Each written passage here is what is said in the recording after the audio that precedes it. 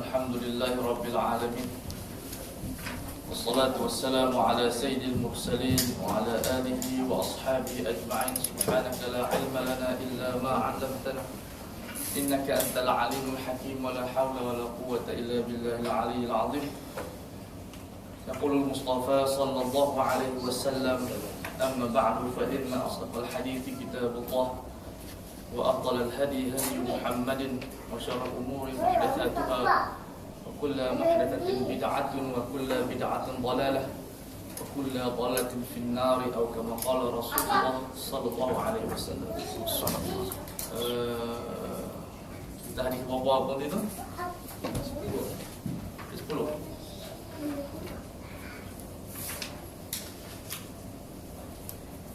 وعن ابن عمر وأنس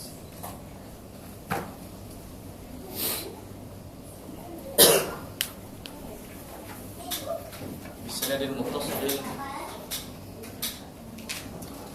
وعن أنس بن مالك رضي الله تعالى عنه قال جاء أعرابي فبال في طائفة المسجد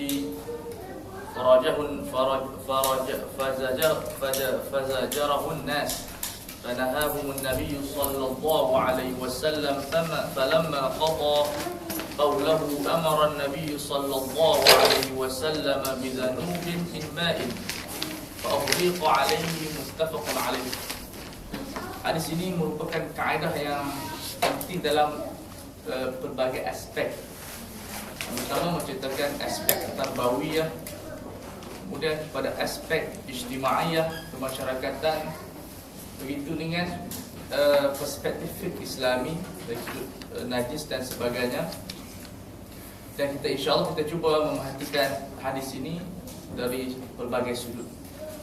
Daripada Anas, dan kita tahu Anas itu adalah khadam Rasulullah SAW. Khadam ini dia bukan hamba sahaya. Di sana ada perbezaan dengan yang dipanggil abdun, hamba sahaya yang boleh dijual, yang boleh dibeli dengan nilai wang. Khadam adalah orang yang berkhidmat dengan upahan ataupun dengan percuma, dan dia tidak boleh dibeli ataupun dijual. Maknanya bila sebut khadam, dia bukan hamba sahaya, dia berkhidmat mengikut syarat yang diberikan. Dan Anas bin Malik apabila sampai Rasulullah SAW di Madinah, ibunya datang dan menjadikan Anas ini sebagai khadam Rasulullah dalam usia 10 tahun. Dan dalam usia 10 tahun ini dia menjadi khadam Rasulullah, dan dia meriwayatkan tidak pernah Rasulullah SAW berkata kepada dia, kenapa letak garam lebih, kenapa letak gula kurang, contohnya. Tak ada persoalan itu. Malah dalam 10 tahun tidak ada keaiban daripada Rasulullah SAW. Sebab itu Rasulullah tidak ada keaiban. Seperti kata seorang sahabat dalam syairnya, Hasan ibn Thabit, wa ajmalu min kalam taraqat aini wa ahsanu min kalam talidin nisa'u khuliqta mubarra'an min kulli aibin ka'annaka qad khuliqta kama tasha'u. Maknanya mata tidak pernah melihat kecantikan Rasulullah, zahir dan batin. Dan tidak pernah wanita melahirkan manusia sehebat Rasulullah SAW.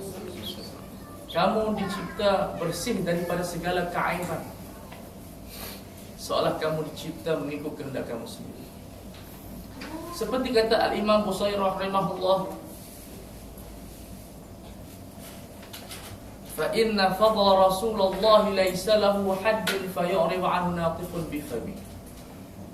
Sesungguhnya kelebihan Rasulullah SAW tidak ada had dipuji oleh mulut kita. Tidak ada yang dipanggil batasan dalam kehebatan Rasulullah SAW. Thumma tamma ma'na. Rasulullah sempurna. Dan Allah memilih ijtabahu habiban bari'an nasab. Allah Subhanahu wa ta'ala memilih Nabi sebagai kasihnya, Al-Habib. Sebab itu Rasulullah SAW insan yang dipanggil insan yang sempurna dari sudut basyariyah, dan Allah sempurna dari sudut kemutlakan. Maksudnya mutlak, tidak ada tidur, tidak ada sakit. Ada Rasulullah sakit, mengantuk dan lapar dan sebagainya, tapi kesempurnaan yang tidak dilihat dari sudut kacamata manusia, tidak ada kaitan pada tubuh badannya, pada akhlaknya. Karena Rasulullah adalah nur, Rasulullah adalah qudwah, Rasulullah adalah segala-galanya. Laula kalam tukhraj dunya minal adami. Kalau bukan karena Rasulullah, dunia tidak dicipta. Karena Rasulullah merupakan pintu ke syurga. Allah menjadikan syarat untuk masuk ke syurga dengan Rasulullah SAW. Mengingkari Rasulullah, mengingkari sunnah seperti mengingkari Al-Quran. Allah menyebutkan ati'u Allah wa ati'u Rasul wa man yuti'illaha wa rasulahu. Jadi taat kepada Allah dari sudut ketuhanan, taat kepada Rasulullah dari sudut sebagai Nabi. Jadi beza di antara khaliq dan makhluk. Jadi ini yang perlu kita fahami tentang Rasulullah SAW. Wa fikum Rasulullah, dalam jiwa kamu ada Rasulullah. Maknanya Rasulullah berjalan di muka bumi ini dalam bentuk metodologi. Manhajnya hidup sampai sekarang. Amat berhajat kepada ihya sunnah. Menjadikan sunnah itu sebagai satu metodologi, bukan hanya sebagai tempat berkat, tapi dibongkar, dikoreksi. Apakah metod-metod yang ditinggalkan oleh Rasulullah SAW supaya dia menjadi panduan untuk hidup. Kata Rasulullah, taraktu fikum amrayni ma in tamassaktum bihima lan tadillu abada. Aku tinggalkan dua perkara pada kamu, ma, iaitu selama mana? Ini tema zarfiyah. So muddata ma in tamassaktum, selama mana kamu, masa kamu berpegang dengan sunnah ini, kitab ini. Lan ini menunjukkan harfun litakdid, kalimah yang menafikan untuk selama-lamanya. Maksud selama-lamanya kamu tidak akan sesat. Lan tadillu abada, kitab Allah wa sunnah. Jadi kita tengok di sini, kata Rasulullah, Rasul meninggalkan sunnah ini lailuha kanahariha, malam dan siang sama saja. Orang boleh cari. La yazighu anha illa halik. Yang berpaling daripada sunnah akan hancur. Amat berhajat kepada pembacaan sunnah, qiraah yang benar-benar menghasilkan yang dipanggil tatbiqat, taf'ilat, menggerakkan perbuatan Rasul dalam kehidupan kita. Makan kita, tidur kita, kerjaya kita, tindakan kita, berfikir kita, suluk kita, sehingga kita dikatakan ummatul Muhammadiyah sallallahu alaihi wasallam. Kalau kita baca sejarah Nabi, sama ada daripada panduan sahabat dan sebagainya, kita akan mendapati kecantikan Rasulullah sallallahu alaihi wasallam. Yang paling mudah beli nasyid burdah Imam Busairi itu lihat kecantikan Rasulullah. Maknanya kita boleh melihat akhlak Rasulullah, seperti burdah yang bersifat zalamtu sunnata man ahya ma zalama ila, aku menzalimi sunnah Rasulullah yang menghidupkan malam ini sehingga hatta tawarramat qadamahu, sehingga kakinya bengkak. Kalau kita hafaz burdah kalau Wahabi dia kata bid'ah, tapi kita hafaz sebab dia ada banyak ilmu dalam itu. Banyak ilmu. Saya dulu masa ceramah di ITM, mereka kata Rasulullah ni di antara benda-benda bid'ah dalam burdah itu adalah kalimah fa inna min ulumika law ilma lawhi wal qalam. Rasul diberikan ilmu mahfuz, dia tidak faham di situ kalimah min itu Rasulullah diberi sebahagian saja, bukan semua. Mana sebahagian ilmu mahfuz diberikan kepada Rasulullah, tidak ada masalah. Orang dulu pun diberi sebahagian oleh Allah Ta'ala. Seperti Bal'am, watlu alaihim naba alladhi atainahu ayatina fansalakha minha. Jadi Bal'am itu diberikan ilmu Lauh Mahfuz, sebahagian Lauh Mahfuz. Jadi Rasulullah lebih besar. Sehingga kan dalam riwayat Sunan Tirmizi, Inna Allah zawali al-ardha fara'aitu masyariqaha wa magharibaha. Aku dibentangkan bumi ini kepadaku dan aku lihat timur dan barat. Apa yang mustahil, sebab Lauh Mahfuz itu makhluk. Kalau Rasulullah tahu semua pun tidak ada benda yang membida'ahkan. Jadi ini satu benda yang diberikan kurniaan oleh Allah SWT. Tapi cuma diberikan sebahagian. Diberikan sebahagian, tidak ada bid'ah. Qala ja'a Arabi. Arabi ini masuk orang kampung. Kalau kita baca Muqaddimah Ibn Khaldun, Ibn Khaldun ini bapak sosial. Kalau di barat dia ada bapak sosial yang apa kita ingat.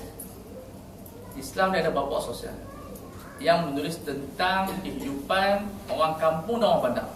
Dia panggil Badawi. Bukan Pahlawi. Pahlawi lagi. Yang ni Badawi. Ni tak ada rakam. Jadi orang tak faham. Jadi Badawi makna orang yang duduk jauh daripada pendidikan. Dan sifat orang kampung yang jauh daripada pendidikan dia kasar. Kata Rasulullah, man bada jafa. Siapa yang jauh daripada pendidikan duduk di kampung akan hidup dengan kasar. Sebab tu dia orang kampung yang tidak ada pendidikan, dia bahasa kasar. Woi, apa semua dia, salam tidak ada. Jadi kita mengetahui bahawa tabiat orang kampung dia bekerja, dia tidak ada saqafah. Dia tidak ada kebudayaan. Sebab tu dia kencing di masjid Rasulullah. Dan kalau kita tengok orang kampung tidak ada kebudayaan, kita faham bahawa ini perlu diajar sebab hak jahil perlu diajar, bukan kita marah dah. Jadi Rasulullah orang yang faham yang dipanggil psikologi manusia. Orang yang faham tabiat tempatan. Tempatan ini ada ilmu bahasa Rasulullah dengan bahasa yang lain. Tempat ini jahil, bahasa Rasulullah dengan cara orang jahil. Jadi kita sebagai pendakwa amat berhajat kepada yang dipanggil ulum insaniyah, ilmu kemanusiaan ataupun human science, yang terbahagi kepada psikologinya, kepada geografinya, kepada ilmu sejarahnya, ilmu sains politiknya, sains sosialnya. Kita pendakwa kena baca psikologi, kita pendakwa kena baca ekonomi, kita pendakwa kena baca sains sosial. Sebab penduduk ini terbahagi kepada kebudayaan Terengganu, dengan Kedahnya, dengan Pahangnya. Sebab apa? Dalam Islam al-'urfu la fi syar'i lahu i'tibaru lihada idaru 'alaihi hukm qad yudaru. Adat ini, kebudayaan ini ada, ini paling kesan dalam memberi hukum. Jadi pendakwah ini dia mesti berhajat kepada ulum yang dipanggil human science. Tidak boleh dia hanya dengan ilmu agama saja tanpa membaca kajian-kajian semasa, mungkin jurnal dan sebagainya. Perlu kita belajar ilmu psikologi tentang sifat marah, kenapa marah, macam mana merawat penyakit marah, penyakit was-was, penyakit bimbang, penyakit takut, kemudian kepada berani sangat bermasalah, hyperaktif. Jadi pendakwa dia bila dia membaca ilmu-ilmu sedemikian, dia nampak manusia bagaimana. Sebab Al-Quran bila dia berbicara tentang dakwah, dia mengisbatkan tentang sifat kemanusiaan. Qul innama ana basyarun mislukum yuha ilayya innama ilahu wahid. Katakan, wahai Muhammad, aku manusia. Jangan kita bercakap, berdialog dengan mad'u kita, saya malaikat. Jadi dia kata kalau kamu sembahyang pun malaikat. Isbatkan diri kita, kita adalah basyar. Basyar ini sifatnya mengantuk, lapar, marah, biasa. Satu benda yang biasa. Jadi bila kita manusia, risalah kita adalah risalah insaniah, mudah untuk mad'u kita menerima apa yang kita bawa. Sebab dia kata dia jadi baik sebab dia manusia. Apa masalah untuk menjadi baik? Sebab tidak ada perbezaan di sana. Sebab itu mengisbatkan diri kita sebagai insan itu benda yang penting. Malah kita menunjukkan ciri-ciri kemanusiaan yang baik supaya orang dapat menerima apa yang kita dakwah kepada orang lain. Ini di antara yang dipanggil saqafat, education yang penting didalami oleh seorang pendakwah. Bukan setakat menghafal Al-Quran, bukan setakat menghafal hadis, tetapi dia ada ulum yang dipanggil ulum pembantu, ilmu-ilmu yang membantu untuk memahami insan. Sebab kita dalam menggerakkan Al-Quran dan Sunnah, kita menggerakkan Quran dan Sunnah itu kepada manusia. Mana kita isqatul Quran ala insan ataupun ala waqi'. Kita mesti memahami Al-Quran dan memahami zaman kita. Apa tuntutan zaman, apa masalah zaman. Dan dengan masalah yang kita ketahui melalui yang dipanggil teori postmortem ataupun diagnosis, yang dipanggil as-sabr wa taqsim, kita meneliti apa masalah manusia dan kita membaca apakah rawatan daripada Al-Quran, kita menjatuhkan Al-Quran terhadap zaman kita. Supaya Al-Quran ini nampak hidup. Maksud Al-Quran ini hidup dalam kehidupan kita. Tetapi kalau kita tidak mengenal manusia, seperti kata Ibn Qayyim, seorang faqih itu dia mengenal waqi', mana saja realiti yang berlaku, supaya kita dapat menyelesaikan masalah tersebut. Jangan kita di tempat lain, Al-Quran di tempat lain, manusia di tempat lain. Jadi bahasa kita tidak menepati. Jadi kita tengok di sini Rasulullah adalah orang yang awal sekali Secara tabiat Allah bagi kepada ilmu kemanusiaan. Dia mengenal manusia. Jadi bila ja'a Arabiyun, tabiat dia tidak ada tamadun. Bala kencing di masjid. Hajat terbuka ni. Bayangkan ada orang masuk belakang kita, ada kencing di belakang. Apa dia kata?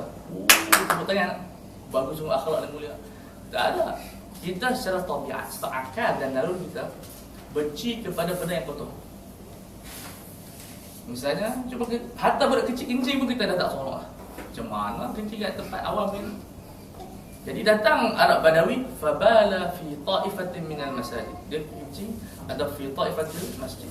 Kencing di salah satu penghujung ataupun panggil apa dia, penjuru masjid. Dan kita tahu Masjid Nabi dia adalah pasir. Dia bukan kapet. Kalau kapet dia lagi haram. Kalau bahasa kasar haram je lah. Jadi dia bukan kapet. Dia pasir. Bila dia kencing dia serak.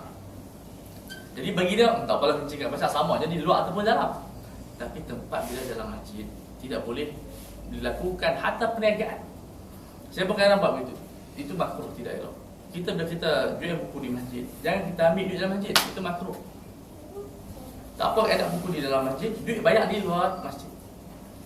Kan Nabi mengajar kita kalau orang berniaga di masjid sebut la arbahallah utijarah, jangan majukan perniagaan kamu.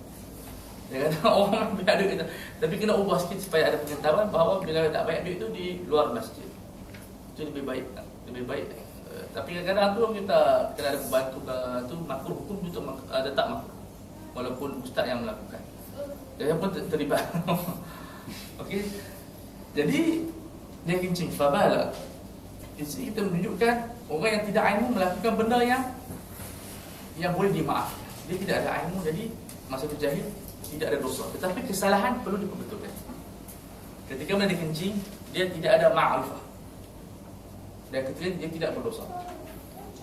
Sebab la hukma ma'a jahil, tidak ada hukum dalam keadaan kita jahil. Jadi Rasulullah tidak marah. Yang marah sahabat, sebab sahabat dalam marhalah pembelajaran. Fazajarahun nas. Orang ramai cergahan.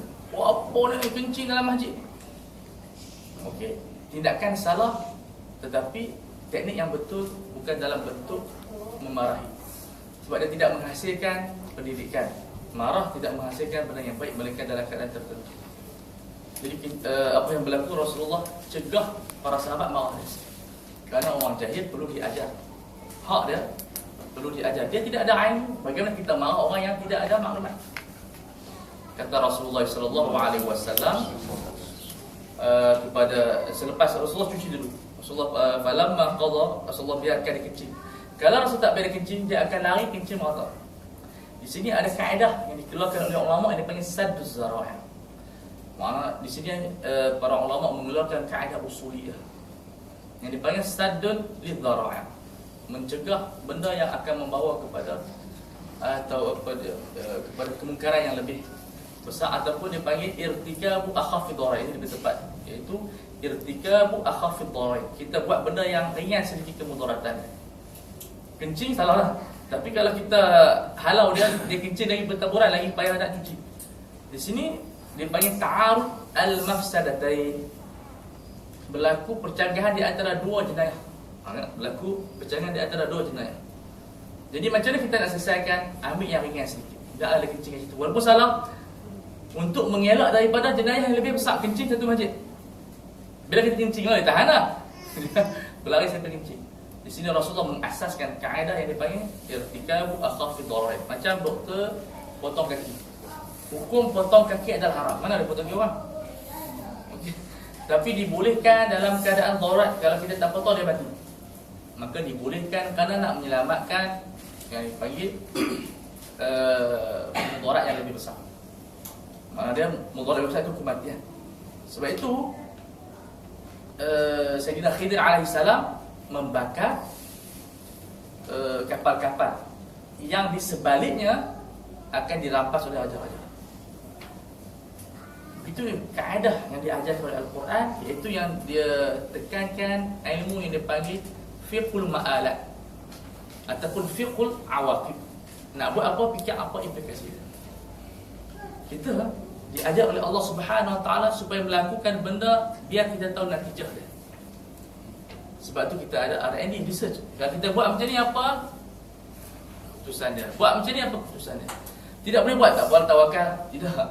Perlu kita ada ilmu kajian, perancangan.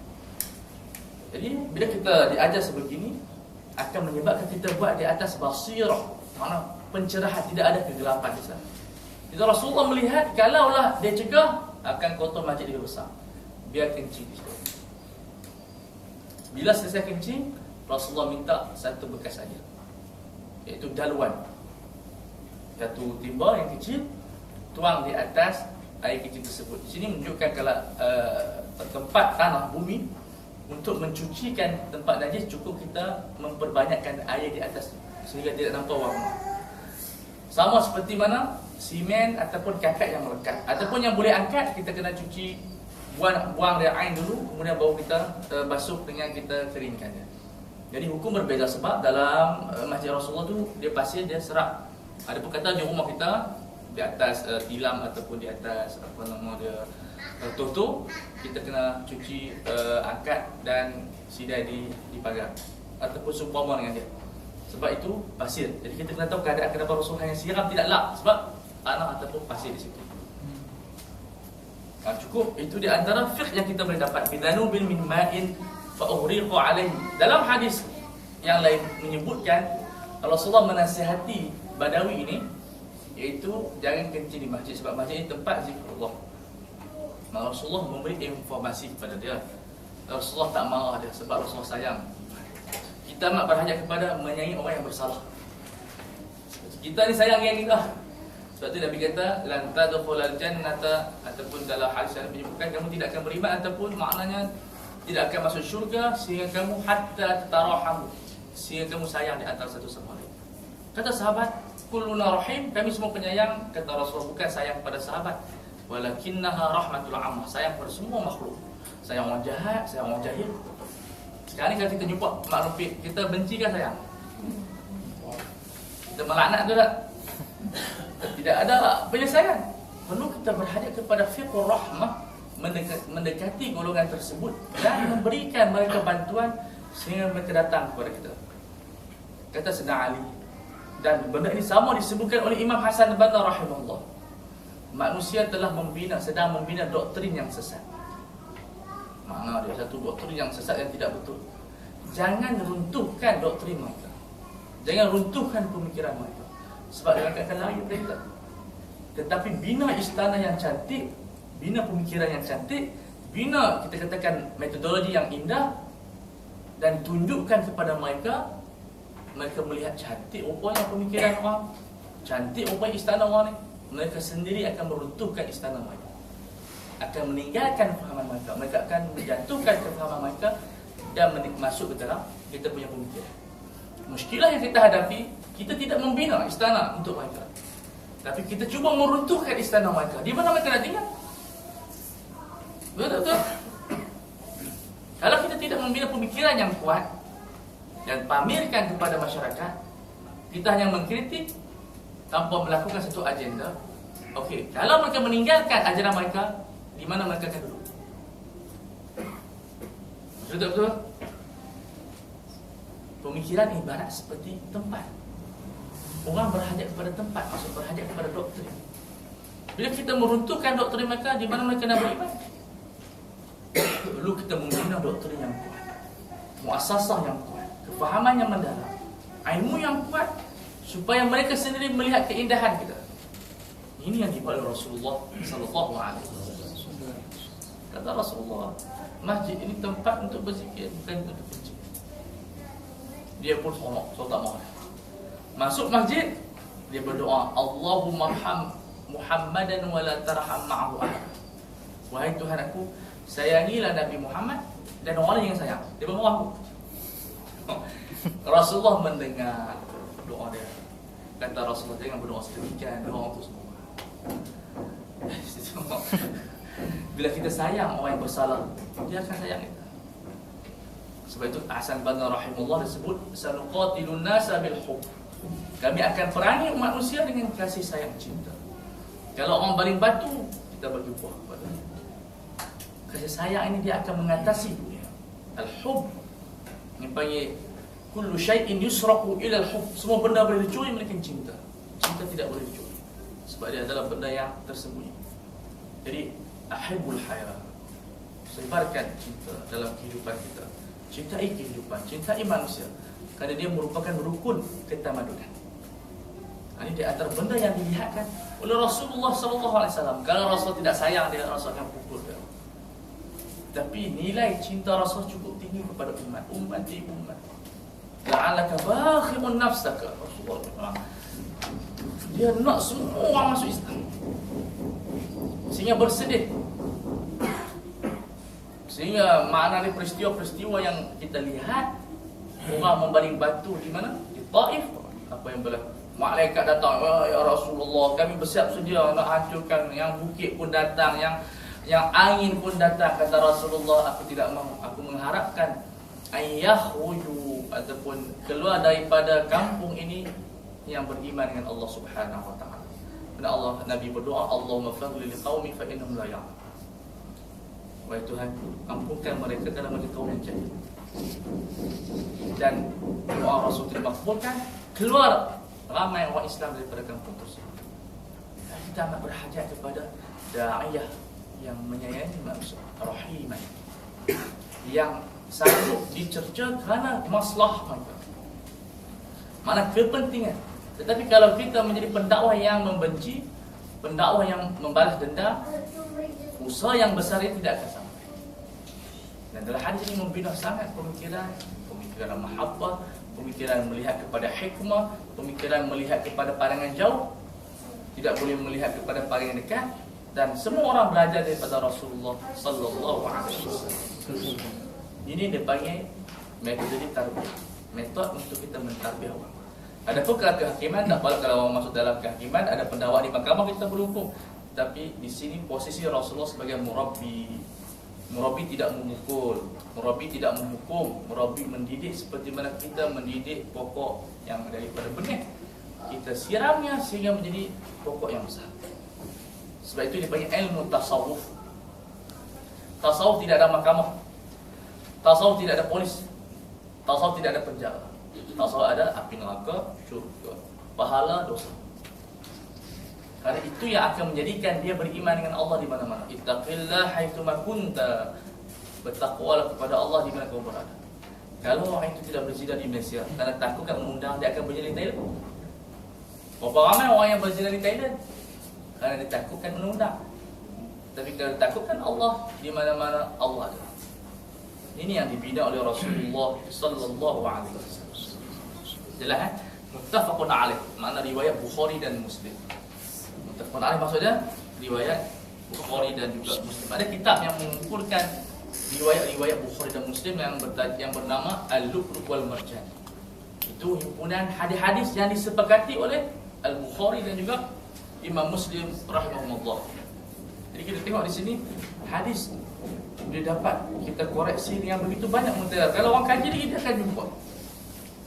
Seperti Syekh Qardawi hafizahullah mengarang kitab yang bertajuk As-Sunnatu Masdaran lil Ma'rifati wal Hadarah. Sunnah sebagai sumber kepada pembentukan tamadun dan juga kepada pembentukan ilmu. Ini panggil janib ma'rifi, iaitu informasi. Kalau kita baca hadis yang dikarang oleh Syaikhati, iaitu Ustazah Khadijah Damrani, seorang Mesir, dia mengumpul 17,000 hadis Rasulullah SAW dari aspek politik, dari aspek sosial, kemasyarakatan, dan dari aspek ekonomi. 17,000 hadis. Dan kita akan nampak subhanallah keajaiban. Misalnya dalam pendidikan kanak-kanak, hakul tifli, mereka mempunyai hak, iaitu kita melatih mereka bersukan. Menjadi muskilah kepada kita sekarang kanak-kanak tidak bersukan, sehingga badan mereka naik besar. Jadi teddy bear, dia sama besar dengan teddy bear. Muskilahnya, mengikut kajian saintifik, medical ataupun psikologi, kanak-kanak yang tidak cergas, mindanya lembab. Dia tidak mampu menjadi orang yang bijak. Dan diriwayatkan hadis Nabi bersabda, "Aramatus sabi fi sighari ziyadatun fi aqlihi fi kibari." Kanak-kanak yang bersukan ketika kanak-kanak akan menambahkan akalnya ketika tua. Dan apabila ibu bapa tidak membenarkan dia bersukan, tidak ada riyadhah, tidak ada senaman, tidak ada berenang, dia akan menyebabkan otak lemah. Kalau tengok kanak-kanak depan TV, nampaknya itu bahaya. Perlu kita menggerakkan dia. Kalau nak tengok orang lumpur mesti terus awak kerja. Kalau dia tak buat kerja, dia lumpur boleh. Dan akal ini akan ditimpa penyakit lumpuh seperti mana badan kita ditimpa penyakit lumpuh dia tidak bersukan. Subhanallah. Jadi antara benda-benda yang kita boleh explore, kita boleh berakahi alam sunnah yang begitu. Tetapi kita baca dengan keadaan tadabbur, kita mempelajari ilmu psikologi, ada ilmu medical di sana untuk kita nak memahami kehendak Rasulullah sallallahu alaihi wasallam. Okey, ada soalan apa? Tak ada? Kita harus bawa pula. Ustaz, tanya tentang yang membalas kejahatan dengan cinta kan. Macam kita tengok macam orang Yahudi bunuh orang Palestin. Apa penyelesaian hanya kita kena lawan mereka balik lah. Yang tu lain.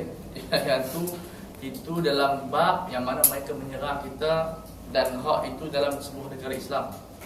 Mana itu dipanggil dalam bentuk kita mesti mempertahankan hak agama. Ini yang bersifat, kita maafkan orang jahat, yang bersifat peribadi kita. Dia maki kita, dia kutuk kita, selagi mana tidak menyentuh hak agama. Itu dia menyentuh hak agama, merampas tanah kita. Itu lain, itu hukuman. Yang ini dalam bentuk kita katakan dia maki kita, "Wei bodoh." Kita tak perlu kita kata "wei bodoh" boleh. Seperti Zainal Abidin rahimahullah, bila orang maki dia, dia kata habis maki dah, habis dah. Dia masuk rumah bagi 1000 dinar. Dia pun belum. Rupanya orang tu nak duit. Jadi kalau orang maki kita tu mesti dia nak duit. Kalau kita bagi duit, selesai dah. Tidak. Betul. Dia tak nak duit. Bagi orang kalau ada duit, dia pergi shopping. Cuba try tengok. Ya. Maksud masjid tadi tu, yang ruang solat utama yang kapek tu kita kata masjid. Kalau yang ruang di luar yang macam tile tu dikira masjid lagi ataupun bergantung pada niat pembinaan kita. Tapi selalunya itu tidak masjid. Dia punya ruang kosong untuk orang yang haidkan duduk dan sebagainya. Sepatutnya masjid kita mesti ada ruang yang bukan masjid untuk orang wanita yang haid tidak masuk ke masjid duduk di situ. Tapi di Malaysia saya tak tahu ada punya plan itu. Kalau di Azhar dia di masjid, dalam ni lebih ruang. Jadi orang perempuan yang haid tak ingat masjid ilmu duduk di situ. Betul, kalau masjid kat Malaysia ada tengok Ustaz. Yang kawasan perempuan yang haid tu kawasan yang dia letak marble kan. Yang kawasan kita semayang yang pakai kapet tu. Kalau macam tu senang. Saya pun tentu kena tanya pihak pejabat agama ada apa yang buat masjid, kita pun tak tahu, saya tak terlibat. Tapi ada Imam Zarkashi rahimahullah, dia mengarang kitab Ahkamul Masajid. Ada buku tebal itu, dia menerangkan tentang hukum berkaitan dengan masjid, cara pembinaan dan sebagainya. So masjid ini satu benda yang kekal abadi. Dia satu benda hak Allah. Tapi timbul masalah, boleh tak masjid yang lama dijual macam ataupun dijual ditukarkan tempat lain seperti dibuat di Kedah? Itu khilaf di antara ulama. Jumhur ulama Hanafi, Maliki dan Syafi'i tidak membenarkan sebab dia panggil hak Allah kekal selama-lamanya.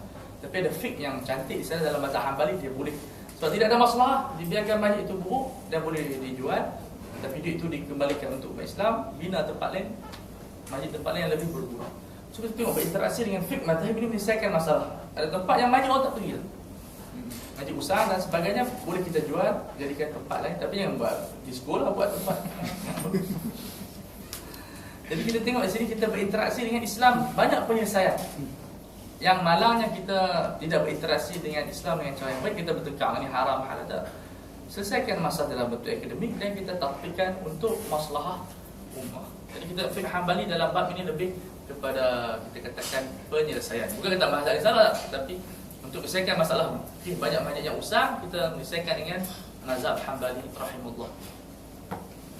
Ya, kita boleh masuk hadis yang seterusnya. Ini bab dia selesai, bab kencing.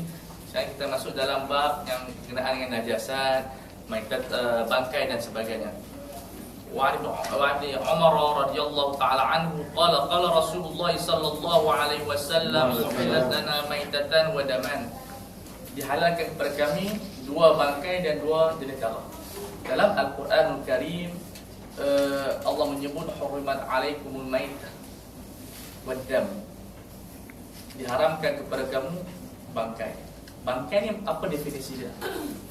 Definisinya adalah makanan binatang yang boleh dimakan tetapi tidak disembelih. Yang tidak disembelih. Kalau kita sembelihnya jadi halal. Makna maitah ini mati cara mati kata. Jadi kita sebut bangkai manusia tu, kita sebut kalau manusia dimakan. Boleh tak manusia makan? Tak boleh. Manusia adalah makhluk yang mana dimuliakan oleh Allah. Yang malangnya ada perniagaan kanak-kanak di negara-negara miskin untuk dijadikan sebagai hidangan makanan. Contoh di Vietnam dan sebagainya. Ini jenayah kemanusiaan. Bertentangan dengan Al-Quran, bertentangan dengan sunnah, bertentangan dengan akal, bertentangan dengan perjanjian human right, bercanggah dari sudut undang-undang Quran ataupun undang manusia, dan berlaku dalam negara-negara. Ia juga berkaitan dengan hukum penculikan. Menculikan dalam Quran dan sunnah itu satu kita katakan jenayah yang besar. Sehingga di dalam hadis Rasulullah menimbulkan 3 golongan yang Allah akan musuhi dia pada hari kiamat, akan bertengkar dengan hari kiamat adalah orang yang menjual manusia. Sebab itu dalam fiqh Hambali, orang yang menculik manusia boleh dihukum potong tangan, kerana dia menjual barang yang lebih bernilai daripada uang. Jadi mungkin penisayaan tadi budak-budak dicolek dan dihantar ke negara-negara seperti Thailand untuk diminta sedekah. Sebab ini satu jenayah yang cukup besar. Manusia tidak boleh dimiliki. Hatta isteri tak dimiliki. Isteri hanya dimanfaati. Mana tidak boleh kita ambil dia, buat dalam bungkus-bungkus, buat dalam mari, nak pakai, kita buat keluar. Kemudian dia jual. Ini bukan wanita, dia bukan, dia ada kefahaman. Wanita ni kena sujud pada suami saya pun tak tahu apa. Ada kita dengar ada ceramah daripada sebahagian pendakwah. Dia sebutlah wanita-wanita ni slogan mereka taat suami. Itu yang pertama. Saya pun heran, dia pula bincang sangat taat suami. Bagilah kita nampak fair sikit. Dia bukan, dia pun kadang-kadang bila kita bincang dari situ, dia akan timbul isu yang dipanggil at-ta'assuf fi isti'mal al-haq.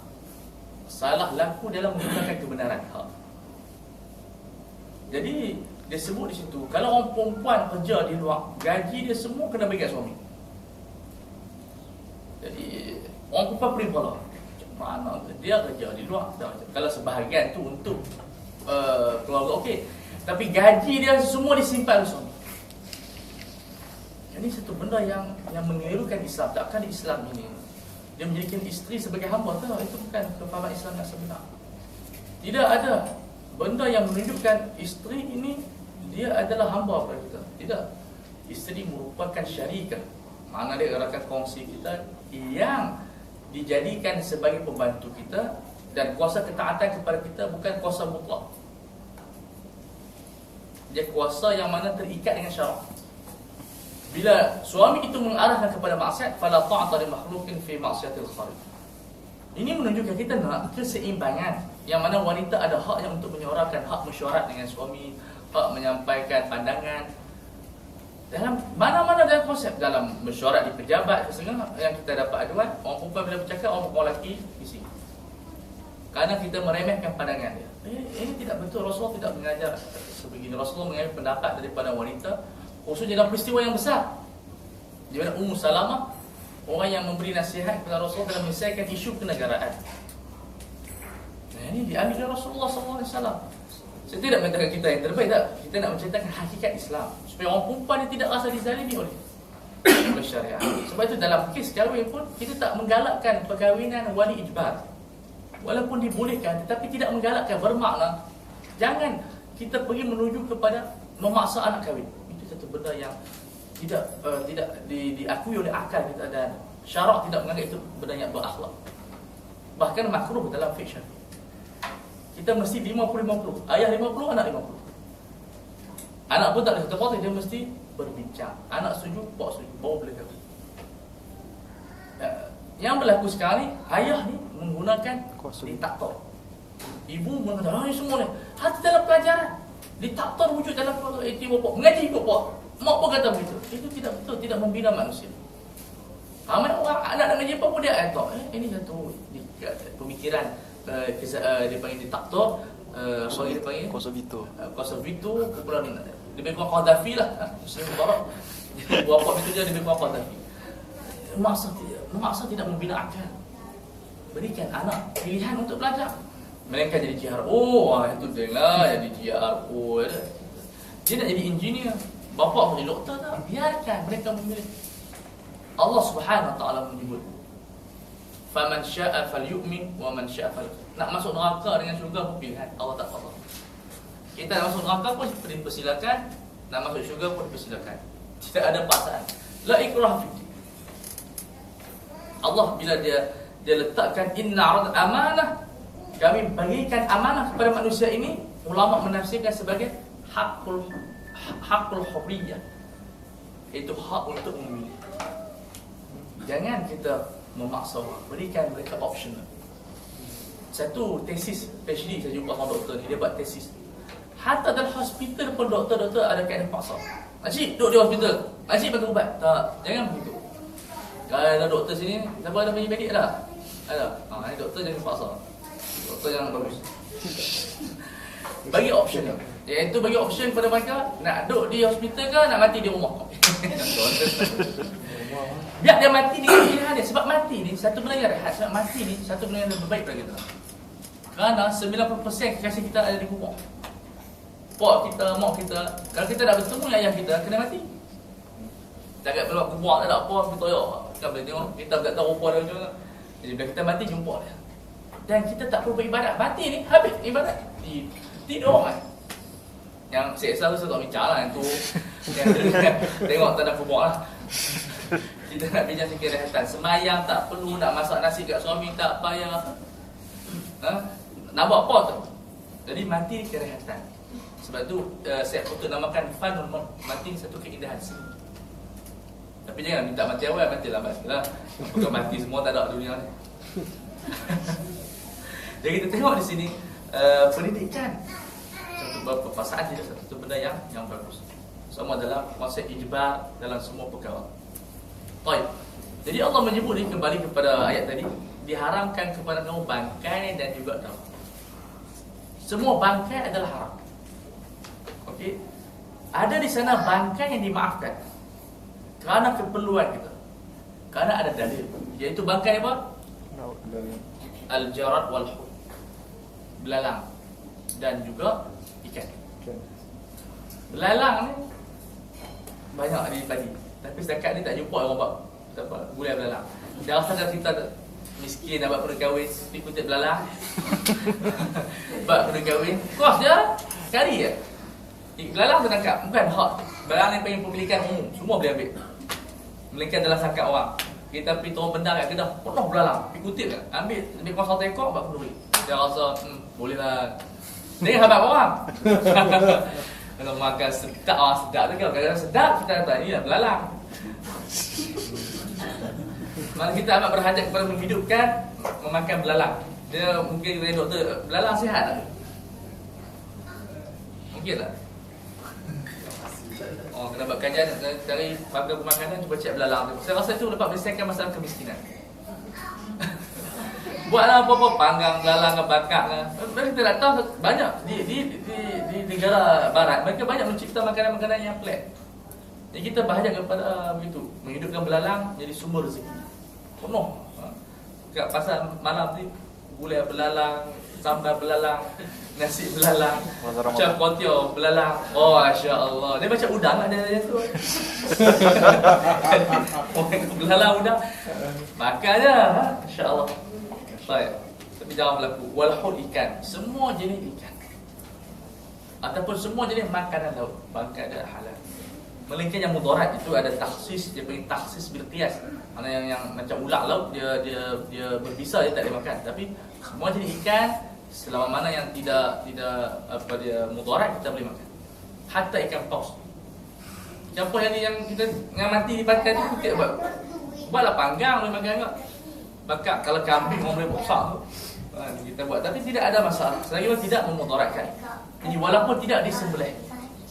Baik, ni perbicaraan dalam memotong, tak menyembelih ikan, dia panggil bersiang. Bahasa apa kamus siang? Okey.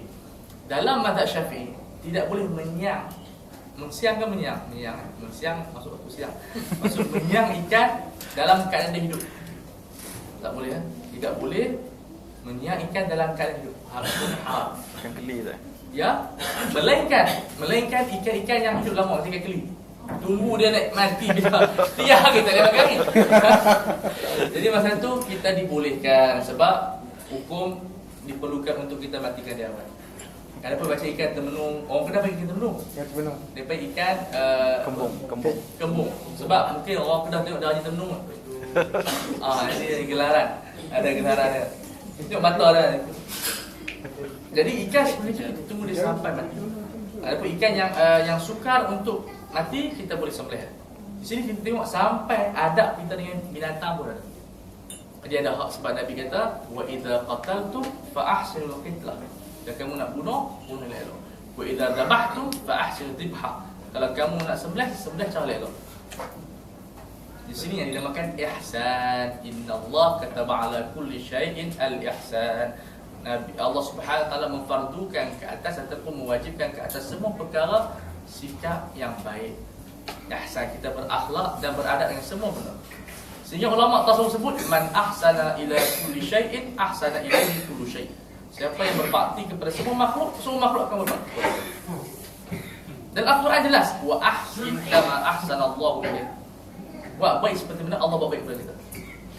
Ini yang dipanggil kefarduan memahami konsep ihsan. Ihsan maksud dia kecemerlangan, perlumbaan yang baik, kesempurnaan. Innallaha yuhibbu idza amila ahadukum amalan ayyutqina. Allah suka bila kamu buat tu amalan sempurnakan dengan dia panggil yang terbaik. Itu dipanggil senario ahsaniyah. Itu liyabluwakum ayyukum ahsanu amalan. Iaitu kita berlumba-lumba untuk melakukan yang paling terbaik hari ini, esok terbaik cara lain pula. Ini yang ditinggalkan oleh umat Islam, iaitu melakukan perkara dengan sebaik mungkin. Okey, baik. Kemudian wa amma damani, yang darah pula fattihal wal kabir, limpah. Dan kalau kita bersembelih lembu tu darah besar tu, untuk boleh makan. Kalau orang buat bakar lah, sama dengan sate, sedap tu. Wal kabid hati. Hati ayam sedap. Hati lembu saya tak apa lalu. Orang kata makan hati ni darah, dia dah boleh menghasilkan darah. Betul tu? Betul? Dia alhamdulillah. Kalau salah ya alhamdulillah. Saya bincang pasal darah sikit. Darah hukumnya najis. Hukum darah dia adalah darah macam mana? Darah yang mengalir. Adapun kalau luka yang tidak mengalir, itu tidak ada hukum najis. Baik. Perbincangan semasa fiqh kontemporer. Darah yang diambil daripada kita, yang dihisap, bukan darah mengalir, dia dihisap, disuntik, dihisap. Dia panggil ad-damul mashub. Ad-damul mashub. Najis ke tak najis? Sabar, saya tahu soalan tu saja tanya. Bincang. Allah Subhanahu wa taala menyebutkan darah yang najis adalah yang mengalir. Daman masfuhan. Kajian menunjukkan darah yang mana mengalir hasil pada luka, dia ada efek dari sudut kuman. Jadi memang kotor. Baik. Sebab tu diharamkan kita makan darah tersebut. Wajib bersiul makan memang haram. Sebab tu tak boleh kita makan darah di mulut. Kata saya tak apalah, dosa saja sedap darah. Itu hukumnya haram. Walaupun dosa kecil tapi tetap haram. Sebab darah yang mengalir. Sebab dia ada kuman. Alasannya memudaratkan juga. Alasan memudaratkan. Baik. Darah yang diambil di hospital itu, darah tidak mengalir. Dia hanya disuntik, dihisap. Kalau dia kotor, darah tak ada demam, kotor boleh rosak pinggang. Nak derma darah kita tahu. Siapa yang derma darah, dia cek sana, cek sini, pastikan darah tidak ada HIV dan sebagainya. Mana dia satu benda yang berhajat kepada air darah. Dan saya tulis risalah darah. Saya buat pamphlet jihad derma darah di hospital Ustaz. Sekarang ini dalam proses cetakan untuk kita edarkan di Al-Ustaz hospital di Kedah dan juga di Perlis. Sebab konsep derma darah ni orang Islam kurang peka sedikit. Dan yang ambil berat orang Cina. Di hospital Ustaz saja kita memerlukan sehari 150 unit. Dan satu unit boleh selamatkan 3 nyawa selalunya. Mana saya nombor 1 Juni kita boleh selamatkan 3 nyawa. Bayangkan kalau kita orang yang menerima darah, pahala kita subhanallah. Sebab darah ni satu benda dalaman kita, dan anggota yang paling bernilai adalah dalaman kita. Bila kita derma darah, subhanallah. Derma darah tak boleh, derma darah. Dia derma darah lah, ini masalah. Jadi akan bahaya. Jadi derma darah adalah jihad yang besar. Jadi peserta jihad menderma darah. Dan kita mesti menggerakkan supaya orang melihat masyarakat kita ni masyarakat yang bersosial, yang mengibat antara satu sama lain. Orang bertanya pula, kalau darah orang kita diderma kat orang kafir macam mana? Dia makan babi, itu biar dekat dia. Kita tidak melihat kepada dia buat apa. Kita derma darah niat untuk menghidupkan manusia. Wa man ahyaha fa ka'annama ahyana sadami'a. Yang menghidupkan manusia seolah dia menghidupkan satu dunia. Bagaimana kita menderma darah menyelamatkan orang yang mati? Dulu saya sembang dengan Kapten Ros masa ada aksiden tu, dia kata dia amat memerlukan darah orang. Mana orang yang derma darah kepada dia tu dan hidup sampai sekarang, alhamdulillah. Betapa banyak yang faham. Kalau kita ada duit bulan puasa nanti kita derma darah. Tidak ada masalah menderma darah ketika puasa jika diperlukan. Dalam keadaan kondisi kita elok dan sebagainya, kita derma tidak ada makruh, insya-Allah. Dan nanti siri keempat lah, Al-Ustaz ada tulis jihad derma darah. Dan kita mesti menggerakkan supaya kita nak Islam ini bukan setakat ibadat, betul ibadat. Nah, kita mesti bersosial. Kita mesti mencatatkan aktiviti kita dalam sudut menderma darah, menderma organ. Insya-Allah kita akan. Saya dah bentang di Kedah dulu, alhamdulillah ustaz-ustaz di pondok dapat menerima kerana kita menyatakan menderma organ ini di antara ibadat yang terbesar di sisi Allah Subhanahu wa taala dengan syarat-syarat yang perlu dipatuhi. Jadi darah yang kita diambil itu, bila ulama kaji, dia tidak ada kemudaratan, dia bersih. Malah dia bersih, tidak ada kotor. Jadi ulama berbincang, kalau macam tu najis tak najis? Maka pendapat jumhur ulama adalah najis dan haram dijual. Tapi pendapat guru saya, Dr. Ali Qurdari, dia kata tidak najis dan boleh dijual. Karena tidak ada kemudaratan dan darah itu bersih. Nah, ini dua pendapat dalam fiqh Islam. Cuba kita tengok. Bila kita bincang fiqh, luasan hadis kita boleh bincang, luasan Al-Quran boleh kita bincang supaya orang melihat Islam ini sentiasa wujud di mana-mana tempat. Jadi kalau orang tu tak ada duit, di hospital jual darah, halal, insya-Allah. Tapi kita tak galak-galak melakukan dalam darurat. Tapi saya minta lah hospital pun bagi saya buat hati. Dia ada sebuah hati. Ada dia punya tawaran istimewa dah. Tapi kalau kita tengok orang tu miskin, bagi lebih sikit lah. Dan orang pertama kena derma darah, doktor tu sendiri. Saya kata, macam mana kita minta darah orang? Kita tak ada teladan. Perlu kita orang pertama tunjuk. Ini nak minta derma organ, doktor tak wasiat pun dia punya organ dia untuk didermakan. Perlu kita wajibkan doktor-doktor yang buat macam ni. Betul. Kita wajibkan kepada mereka, wasiatkan selepas mereka mati, mereka punya buah pinggang, jantung semua letak di hospital. Barulah orang berani. Ini doktor ada bedah, dia apa tahu ni. Sebab nak derma buah pinggang, satu benda amalia yang memakan masa 12 jam. Kos tinggi 1,000. Kalau saya 2 buah pinggang dia rosak. Dan ada orang derma satu. Jadi kalau kita derma, subhanallah, pahala kita amat berpanjangan selagi mana buah pinggang kita digunakan. Jadi insya-Allah dalam ni semua pergi hospital, pergi buat sahabat wasiat. Kecuali saya takut. Dia penceramah tak apa, dia ajak kan.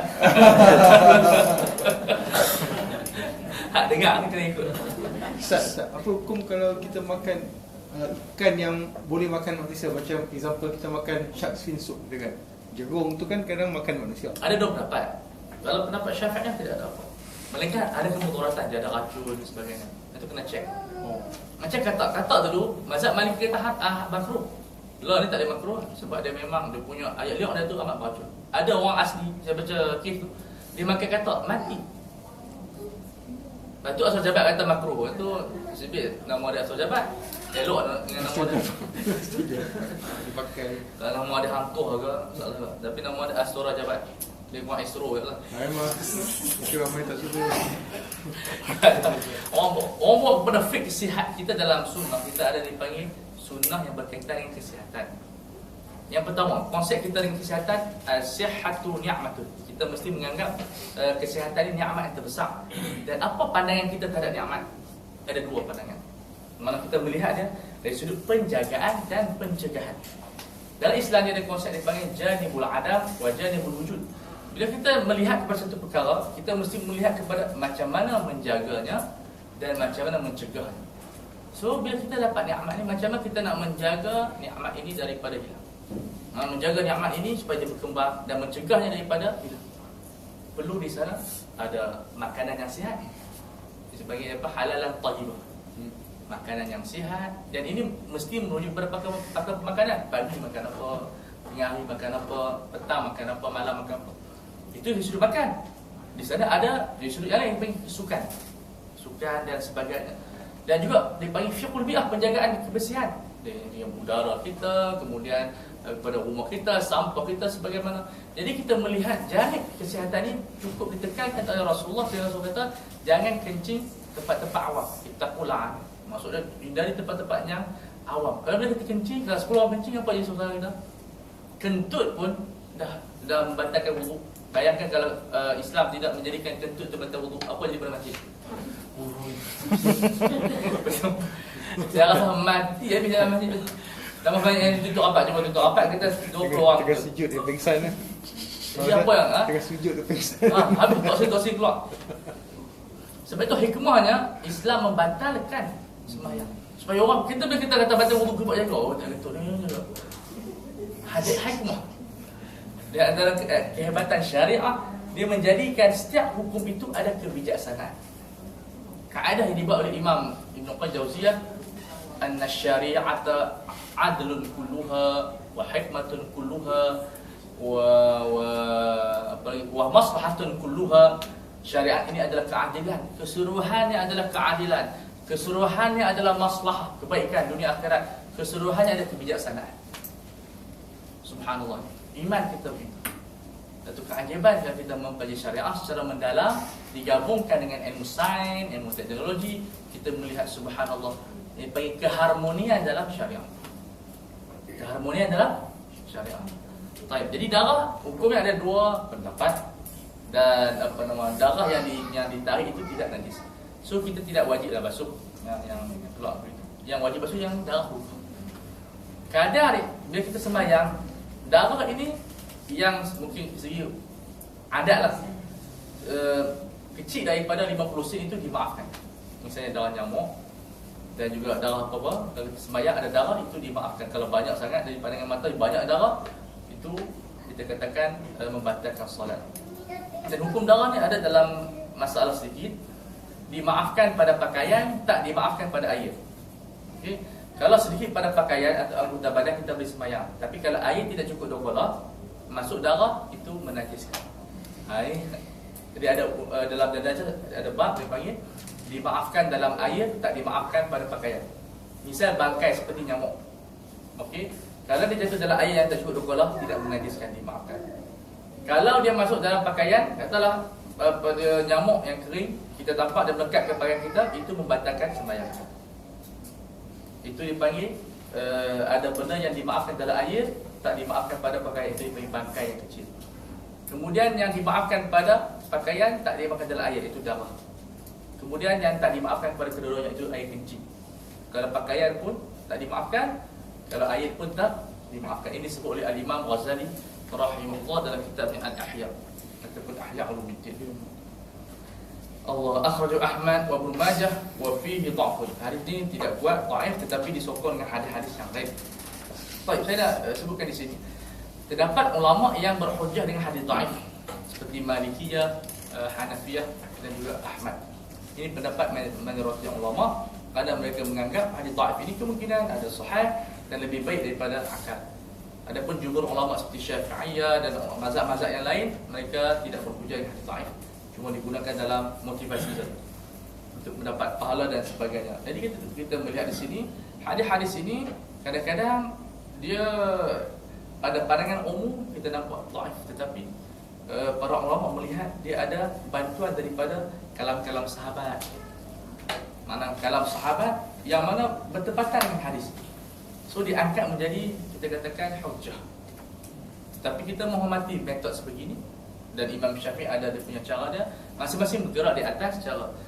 Saya tidak menghukum yang mana lebih baik ataupun yang mana lebih tidak baik, kerana itu mazhab ataupun metode yang dipegang oleh ulama-ulama terdahulu. Cuma kita mesti dalam pemilihan kita ambil yang lebih aslah dan lebih ringan. Kalau ada pendapat yang lebih mudah, kita amalkan. Tanpa ada